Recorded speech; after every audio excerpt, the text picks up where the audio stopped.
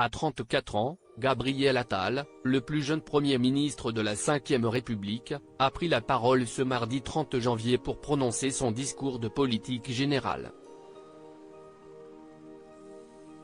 Son parcours jusqu'à ce poste illustre une ascension rapide et notable dans le paysage politique français.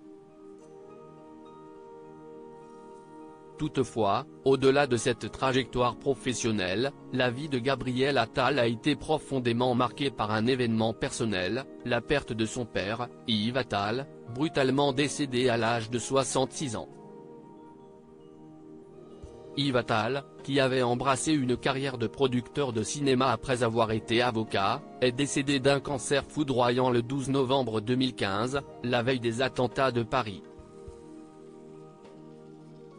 Dans une confession émouvante lors de son passage dans l'émission 7 à 8 sur TF1 le 5 novembre 2023, Gabriel Attal a partagé les moments douloureux entourant les derniers instants de son père.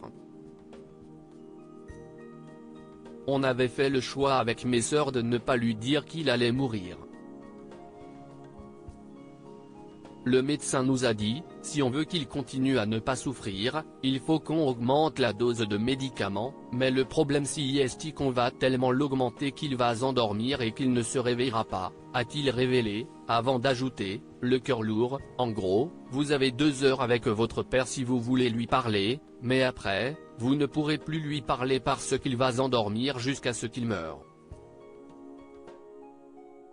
Gabriel Attal, les membres de sa galaxie en images. Gabriel Attal, l'aveu de son homosexualité à son père mourant. C'est dans ces circonstances poignantes, juste avant que son père ne rende son dernier souffle, que Gabriel Attal lui a révélé son homosexualité, un secret longtemps gardé. D'un côté, je me suis dit, il y a une forme de non-dit depuis des années puisque j'avais 26 ans et il l'avait compris. Point. Et de l'autre, je me suis dit que j'étais terrifié à l'idée de sa réaction parce que je me suis dit que s'il réagit mal, bah je n'ai pas envie de passer ma vie avec ce souvenir, a-t-il confié. L'ex de Stéphane Séjourné a alors décidé de tout raconter à son père, qui lui a joliment répondu, avec tendresse, « Enfin, tu m'en parles. Tout le reste n'a aucune importance à côté de l'amour. » Crédit photo, Cyril Moreau.